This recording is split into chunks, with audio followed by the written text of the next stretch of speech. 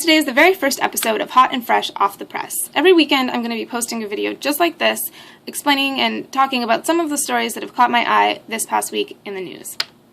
Today I'm going to be starting with the Iranians, who have unveiled a new Kaher 313 combat jet, which is said can evade radar detection.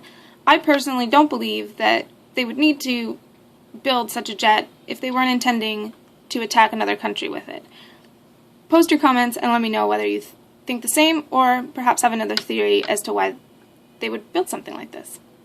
In other news, the Turkish radical leftist group Revolutionary People's Liberation Party Front claimed responsibility for the bombing of the U.S. Embassy in Ankara. I think that that's respectable, although I think there is another method to their madness, so to speak. Again, post your comments, let me know what you guys think. Hillary Clinton is stepping down as the U.S. Secretary of State. I personally am a little saddened by this because of the fact that she's done such a great job, even though her husband, Bill Clinton, wasn't all that great at being president. At least she made up for some of his mistakes. She is being succeeded by John Kerry, whom I don't know very much about, so let's see what he has in store for us.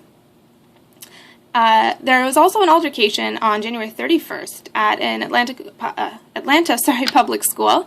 The 14-year-old student was shot in the head by a fellow student of his, who was arrested and charged, I believe, on Friday, which is great. The Daily News has actually posted a petition online because of this situation, so please, if you can, go and sign the petition to ban assault weapons.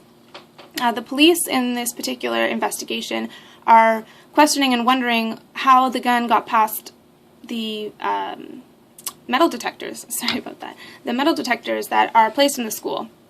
My theory on that is that the gun was probably hidden outside or somewhere in the front of the school where the metal detectors aren't. Therefore, when he went outside to the front of the school to shoot the other student, he probably grabbed the gun from wherever he hid it outside and continued to do what he planned on doing.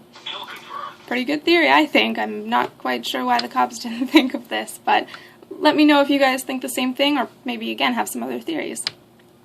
Last but certainly not least, North Korea is under martial law due to nuclear testing that their leader is starting. They've actually prepared for war, and understandably so, because I'm pretty certain that a lot of other countries aren't going to be very impressed by this and want to stop it. At least I hope so, because this should not be taking place. I'm going to be posting links on all of the stories I talked about today so you guys can get more information, and keep tuned next week for a new episode. Have a great weekend, guys. Bye!